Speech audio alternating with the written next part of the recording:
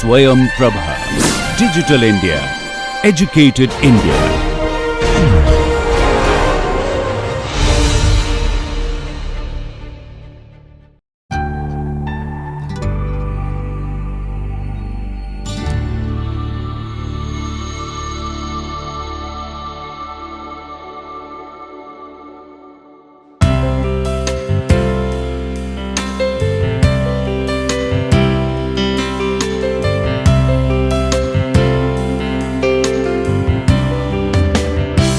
Hi friends, now we will discuss on the topic refining of crude oil for liquid fuels production.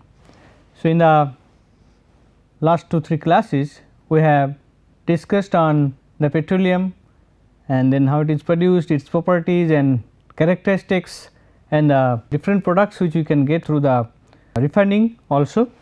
Now, we will be discussing more about the refining part, that how the crude oil is refined to get different products, what are the process steps and what are the reactors which are involved or the reaction steps which are involved for the production of the different liquid products.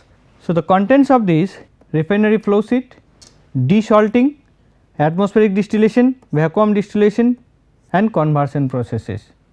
So, if we see the conventional flow sheet of petroleum crude refining, then we see that after taking the crude, it is to some extent processed at production site and then it is transported to refinery, and then refinery performs some preliminary operation or pre-treatment step, then it is sent to atmospheric distillation column, and then residual part of the atmospheric distillation column, it goes to vacuum distillation column for further recovery of liquids from it, and then the residual part of the vacuum distillation column is further processed in as downstream upgradation or downstream processing, and then different heavy lube oil, bitumen, syngas or fuel oil etc. are produced. Now, we will start from here, the desalter, the first step at the refinery. So, the main objective of the desalter is to remove the salts, sediments and water present in crude, because we know this crude oil, when it is getting entry into the atmospheric distillation and fractionated into different fractions into products, that is naphtha, gasoline, kerosene, gas oil etc. Here the salt concentration should be less than certain value, that is 2.9 ppm, but here the crude which is produced in some cases has very high concentration of salt. So, that has to be removed. Now, we will see, prior starting that discussion, we will see the quality of some Indian crude, that means what are the different fractions we can get from Indian crude. So, that is Bombay High, North Gujarat mix, Assam mix. We get gases 1.9%, 0.4 for North Gujarat mix and 2.4 for Assam mix. So, in general this is which is for LPG, content is very high in Indian crude, not less, and SR, that is vacuum residue part, is also less in this case Bombay High and Assam mix, although it is higher for North Gujarat mix and it is comparable to Middle East crude, that is 30.5. This gives us some idea that we can get different amount of product, different products in different amount, but then if our requirement is specific, say we need more diesel, but these crudes are having certain capacity, if we turn 100 ton then it will give us 24, it is say 19.2, it is 26.6 say, but I need 50 ton. So, I have to convert other product into this specific one. So, that a conversion of this process of the products into the required part is also very important, that we will discuss later. Now, we are coming to desalting part. So, desalting, as you know, the purpose of this process is to remove the undesirable impurities, specifically the salts and water and some sediments also if it is available, and 1 or 2 step process is used for this purpose. And as I have mentioned that 2.9 ppm of salt is allowable in refinery in the distillation column, but in some cases it is having very high, say 2,50,000 ppm, and normally it is 200 ppm. So, it is very high quantity of salt. So, if we see the salt content in sea water, it is 35,000 ppm, whereas in some crude it is having more than, much more than this. So, the removal of salt is very essential for its further processing in the refinery, and that is done in desalting step. And what is the mechanism, how it works?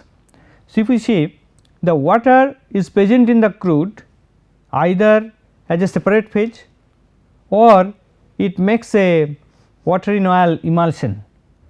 So, when it is available in separate phase, it is easy to separate, it can be simple, gravity can also separate it.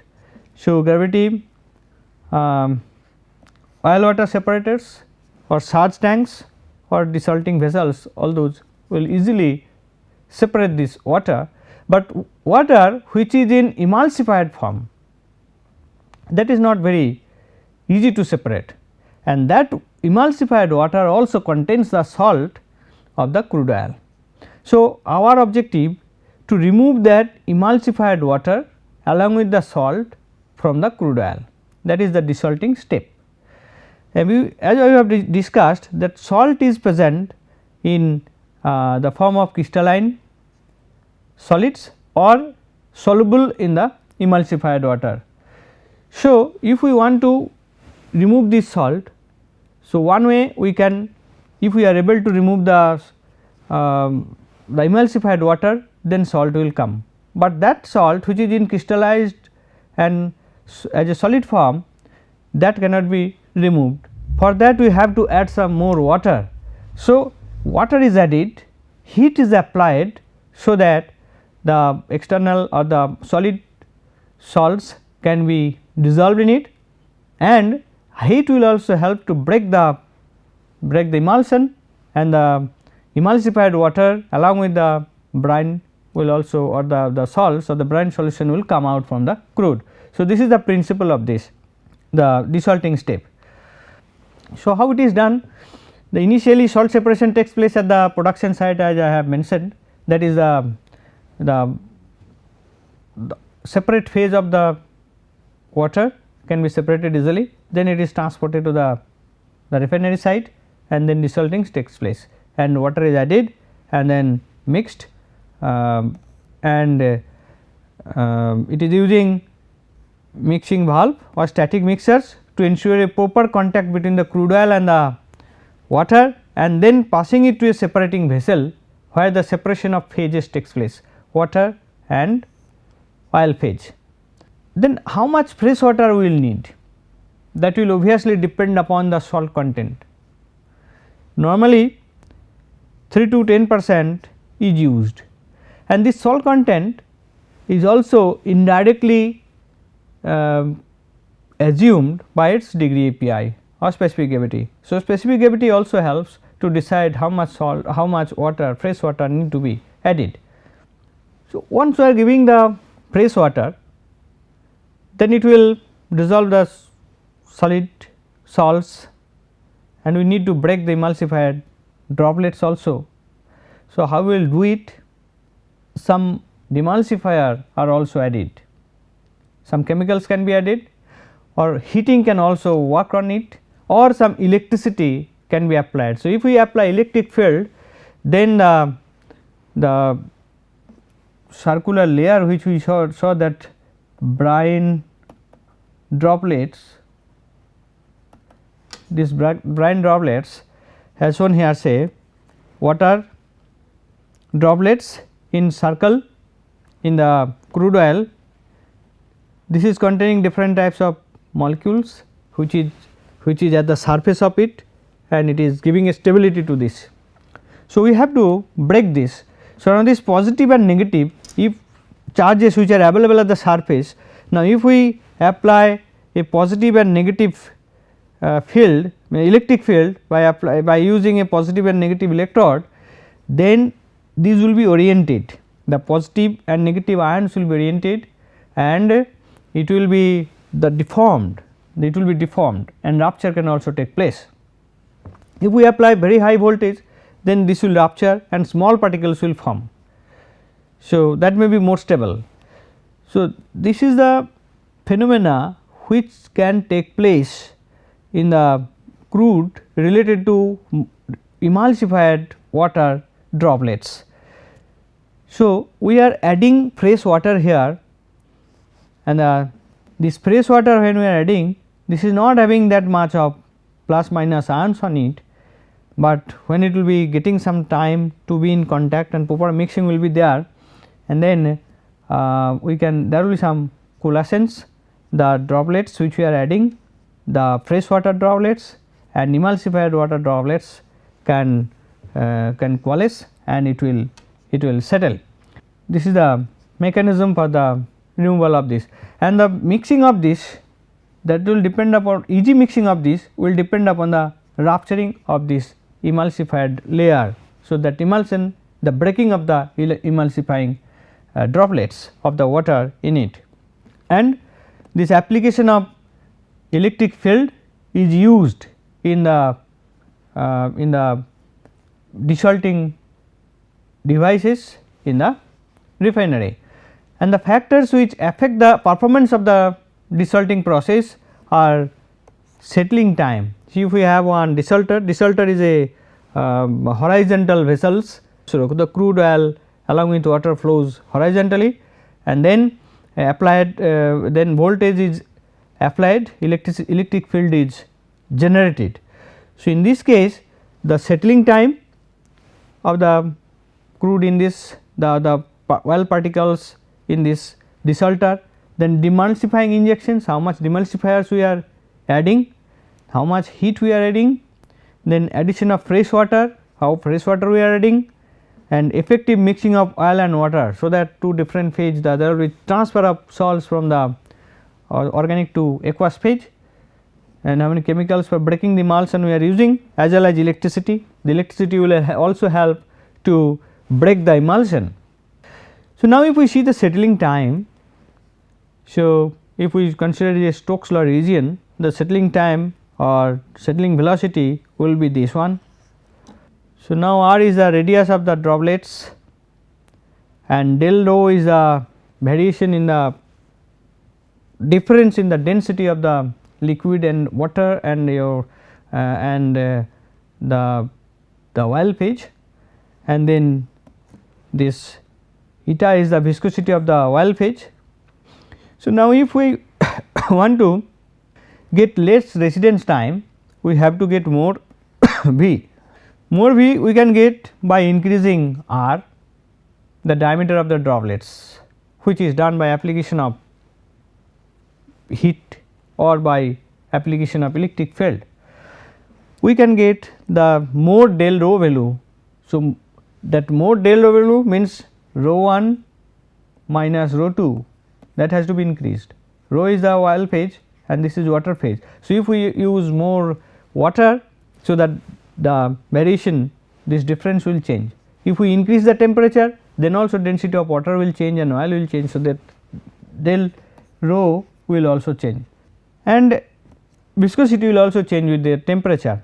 So, when maximizing the size of the coalesced water drops, we can get electric field. So, electric field we are applying, the particles will come together, the water droplets will come together, it will be bigger one. So, it will settle quickly, and maximizing the density difference between water droplets and oil phase by heating and fresh water addition, just we have discussed, and minimizing the viscosity of the oil phase, lesser this more the V. So, we will be getting less resistance time and more efficiency or more performance of the desalting process.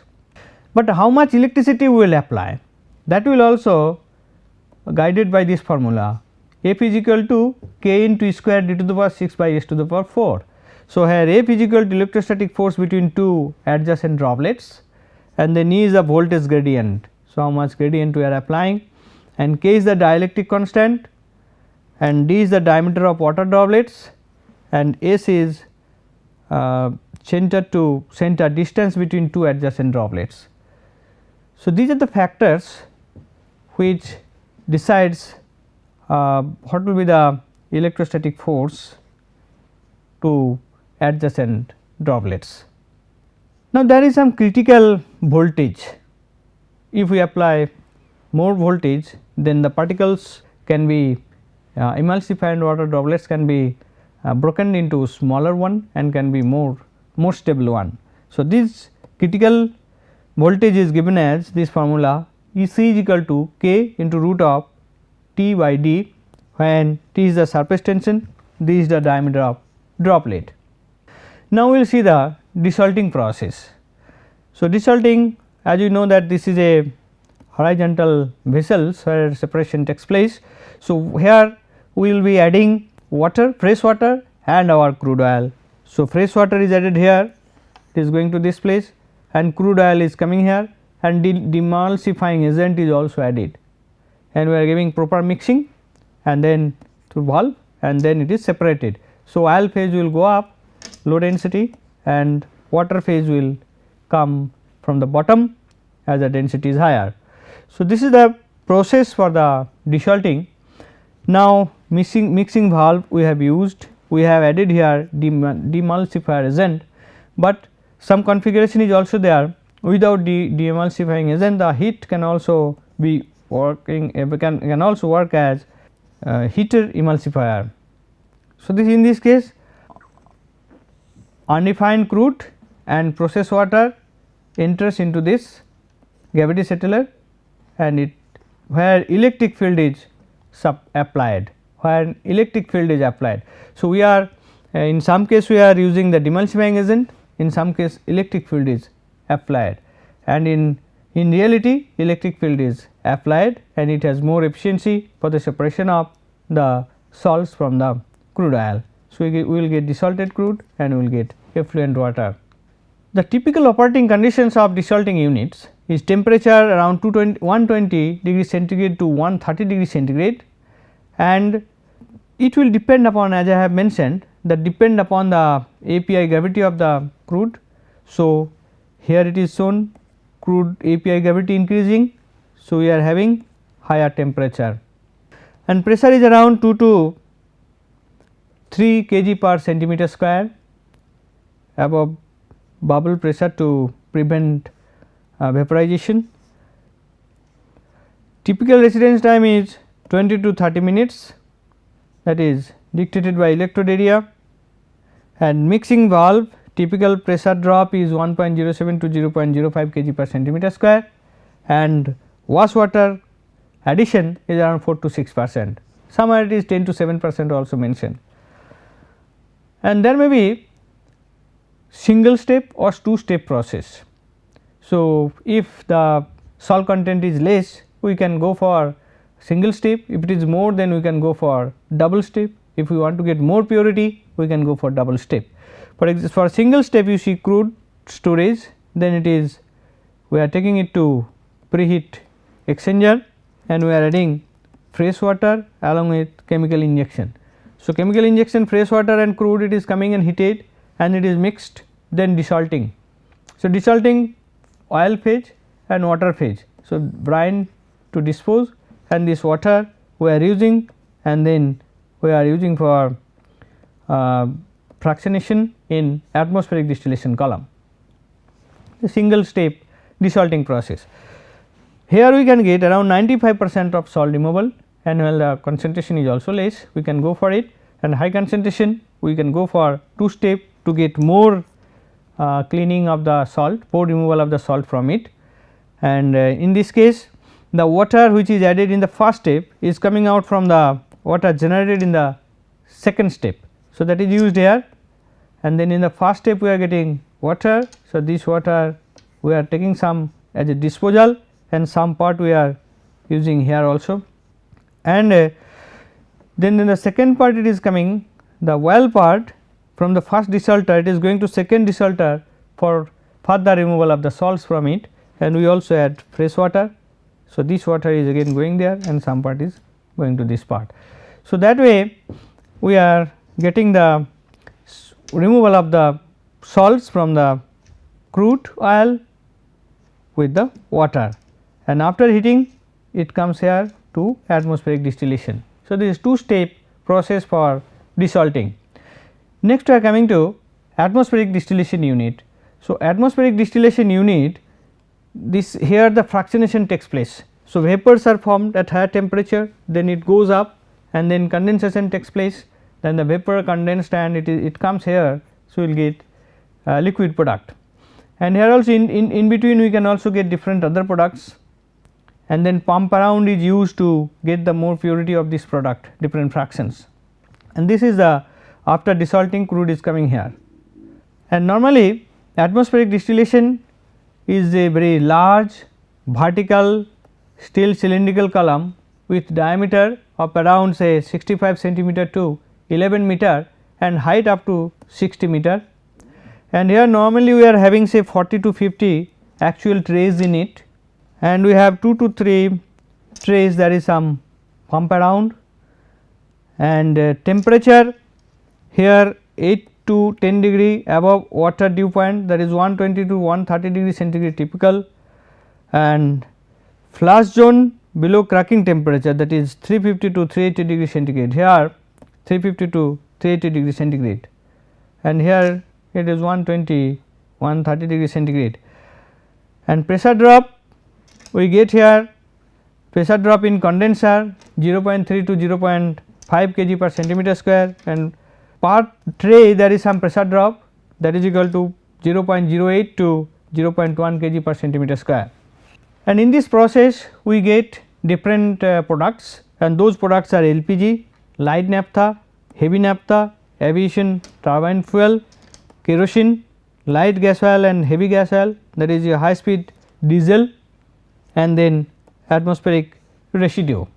We will see now some properties of these different fractions. So, LPG obviously most important is your vapor pressure, that is 16.87 kg per centimeter square, and volatility, evaporation temperature for 95% volume at 760 millimeter mercury level. So, this is the pressure, and at this we will be having 95% of the LPG in vapor form at 2 degree centigrade, and gasoline we get recovered up to 70 degrees 10 to 40%. That we have discussed that this is not a single compound, it is a mixture of compounds. So, if we heat and the vapor which is formed, if we cool it down, then up to 70 degree we will be getting 10 to 40% in liquid, and then up to 100% we will be getting 30 to 65%, and up to 180 degree we will be getting 80% minimum. So, this is the gasoline property, and final boiling point is 215 degree centigrade, and rate vapor pressure at 38 degrees 35 to 70 kilopascal per centimeter square. Similarly, the ATF has its own characteristics, aromatics, how much it is present, then distillation again say 10% 205 degree centigrade, and final boiling point is 300 degree centigrade. It has some smoke point, that is 26 millimeter, that is minimum. Smoke point means when it is burned, if we apply heat, then the fuel will produce smokes, and what is the length of this height, smoke height, that is called as the smoke point.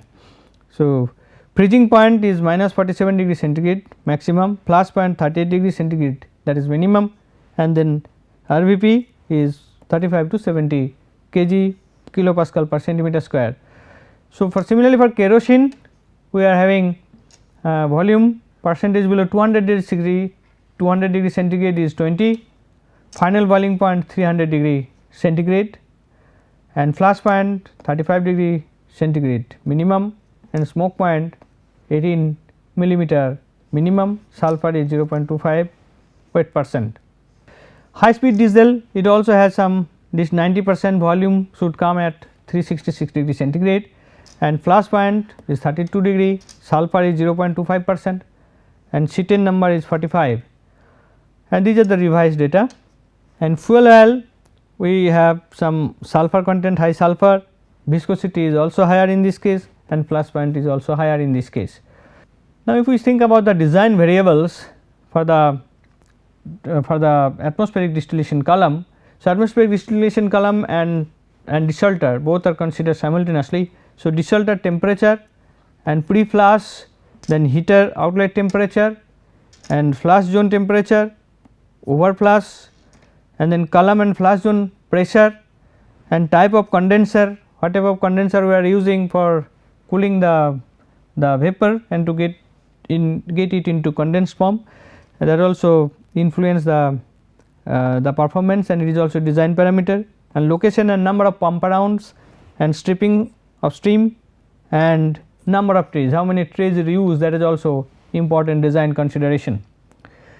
Next we are coming to vacuum distillation. So, after atmospheric distillations, after 370 degree centigrade, the residual part we need to process in a vacuum distillation. So, in this case we create some vacuum, that is a 10 to 40 millimeter mercury absolute pressure is maintained in this case. So, once the vacuum is created, so at lower temperature also more than 370 degree centigrade, the some compounds from the residue, atmospheric residue will be vaporized. As the pressure is less or vacuum is created, so more volume will be available. So, the size of this type of column is generally bigger and diameter is more, that is say 15 meters or more, and height is also say around 50 meter. And in this case we see we need to maintain a pressure gradient from the top at the to bottom. So, they are less pressure and they are higher pressure, that gradient is also maintained. And here also the packed bed is preferably used in this case, because most of the column uses packing material for the vapor liquid contacting, because such packing has a lower pressure drop than distillation trays.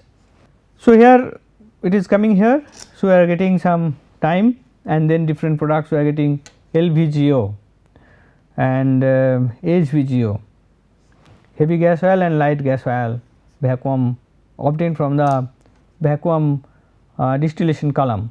So, we have gas oil, now we are having LVGO and we are having HVGO, and then residual part we will get from the vacuum distillation unit, that can be further upgraded.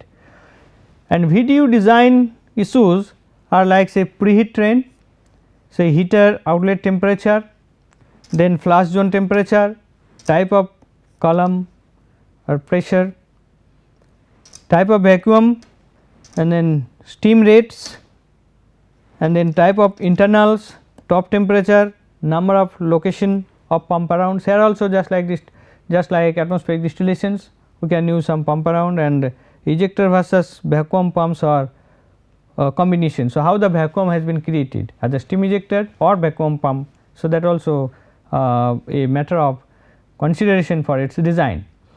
And this VDU vacuum distillation unit can produce feedstock for FCC or can produce feedstock for lube plant. So, that way it can be fuel based and lube based process. So, for fuel base the products are diesel, light vacuum gas oil, heavy vacuum gas oil, slope distillates and vacuum residue, whereas for lube base the products are spindle oil, light neutral, intermediate neutral, heavy neutral and vacuum residue.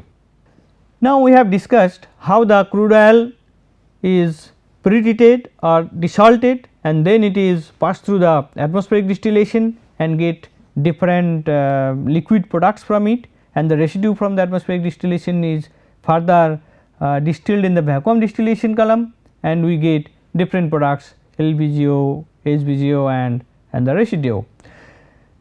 Now, we have also mentioned that the specific need may be different at different country of a particular product, and accordingly the refinery may not give us the liquid product in the same ratio. So, we need to convert the one type of product to other one to meet the requirement as well as to meet the quality of the product. So, to improve the quality of the product as well as to meet the specific requirement of a certain product, we need to convert one product to other. So, here different operations are used, those are called conversion processes in the refinery, and those conversion processes are, some examples are catalytic, FCC process, hydrotreating process, etc. And apart from this, alkylation, reforming process, all polymerization process are also used in some cases to achieve the target, to fulfill the requirement as well as the quality of different products. So, this way the crude oil is converted to different usable forms, and up to this in this class. Thank you very much for your patience.